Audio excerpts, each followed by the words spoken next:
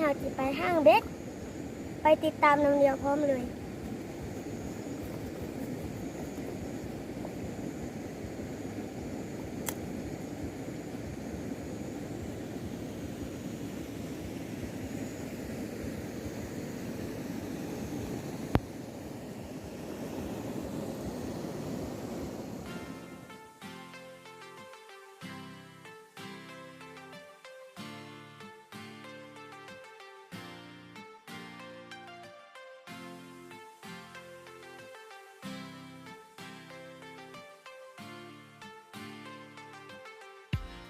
เจ้าให้มันทั้งใจทั้งที่ก็หัวเจ้านั้นต้องมีน้ำตามือใดเจ้าเจ็บอยากให้เจ้านั้นหันกลับมาเพราะว่าเขานั้นเหตุให้เจ้าต้องเสียใจมาหักกับอายคนนี้จะบ่เหตุให้เสียใจจากสาวไว้แบบนี้และจะหักเจ้าเลยไปขอสัญญาจะบ่เหตุให้เจ็บคือกับคนเก่าฟังเอาไว้ใส่ใจได้แต่มองใส่มองได้ทั้งตาใส่ใจอ้ายนั่นนะสิพาไปกินแกงหน่อไม้สิพาไปเลี้ยงควายและขี่รถไถนาแต่อ้ายขอสัญญาว่าจะไม่เปลี่ยนแต่น้องนะถ้าเจ้านั้นรักกันให้ขอสัญญาจะบ่เฮ็ดให้เจ้ามีน้ำตาจะบ่เฮ็ดให้เจ็บคือกับคนที่ผ่านมาจะมีเพียงเจ้าคนเดียวตลอดเลยที่อยากให้เจ้านั้นหันมาแนมกันหันมาแนมกัน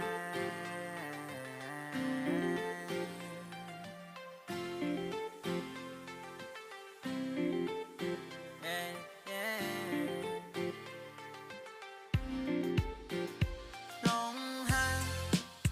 คนบ่มีใจเจ้าหักไปก็เสียใจคือเก่าหลงหักคนที่เขาบ่หัวสาเจ้ามีน้ำตาเขาก็บ่สนใจก็มีแต่อ้ายนี่ล่ะที่คอยเอาใจ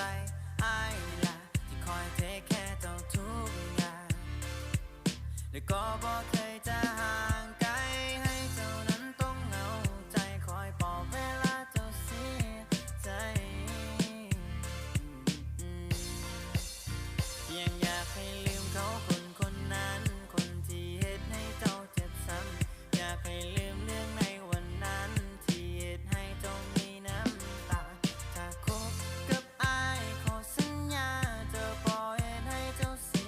ยใจมาหักกับอ้ายคนนี้จะบ่เหตุให้เสียใจจากสาวไว้แบบนี้และจะหักเจ้าเลยไปขอสัญญาจะบ่เหตุให้เจ็บคือกับคนเก่าฟังเอาไว้ใส่ใจได้แต่มองใส่มองได้ทั้งตาใส่ใจอ้ายนั่นนะ ปลาโค พาไปกินแกงหน่อไม้สิพาไปเลี้ยงควายและขี่รถไถนาและอายขอสัญญาว่าจะมีเพียงแต่น้องนะถ้าเจ้านั้นรักกันให้ขอสัญญาจะบ่เฮ็ดให้เจ้ามีน้ำตาจะบ่เฮ็ดให้เจ็บคือกับคนที่ผ่านมาจะมีเพียงเจ้าคนเดียวตลอดเล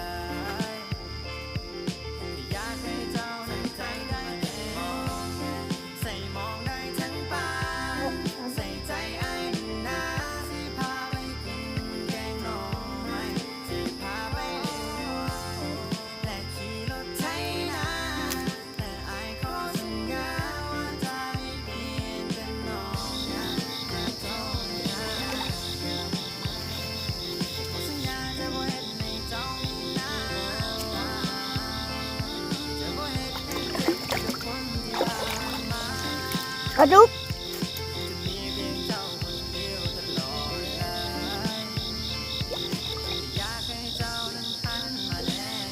บใจได้แต่มองใส่มองได้ทั้งตาใส่ใจไอ้นี่นะที่พาไปกินแกงหน่อไม้ที่พาไปเลี้ยงควายและขี่รถไถนาแต่ไอ้ขอสัญญาว่า บุตรจ เป็นน้องนะหากเจ้านะขอสัญญาจะบ่เฮ็ดให้เจ้ามีน้ำตาจะบ่เฮ็ดให้เจ็บคือกับคนที่ผ่านมาจะมีเพียงเจ้าคนเดียวตลอดเลยอยากให้เจ้า ำได้ตัวเอี้ยม มาแนบแกันหันมาแนบกัน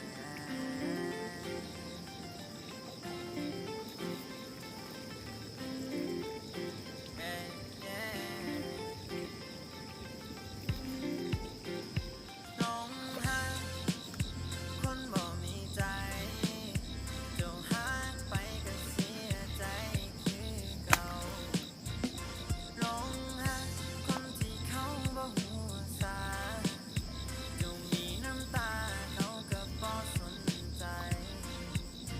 ก็มีแต่อ้ายนี่ล่ะคอยเอาใจอ้ายนี่ล่ะคอยเทคแค่เจ้าทุกอย่าง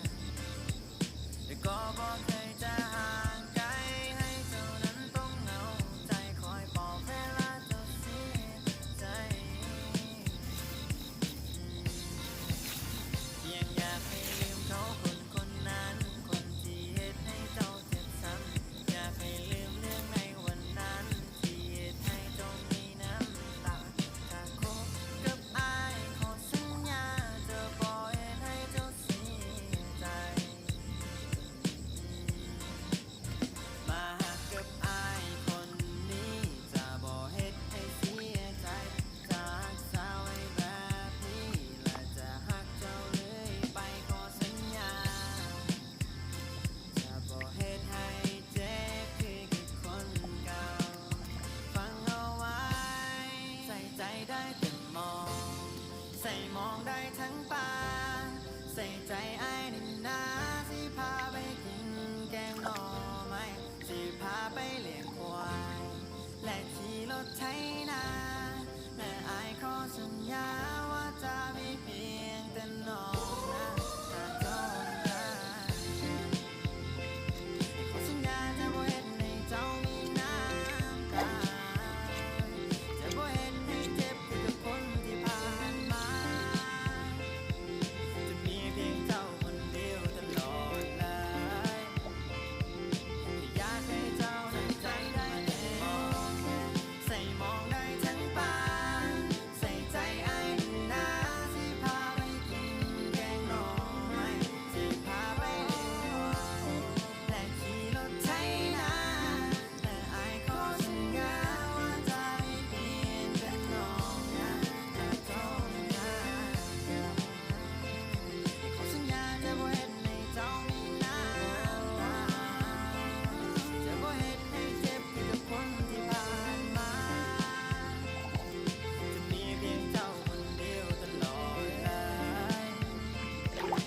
อยากให้เจ้านั้นหันมาแนบกัน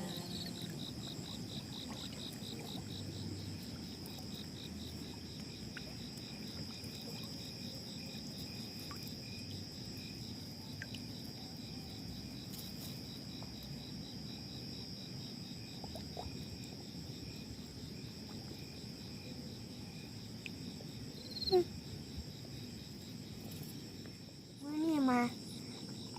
หาปลากระหม่าอยู่กับ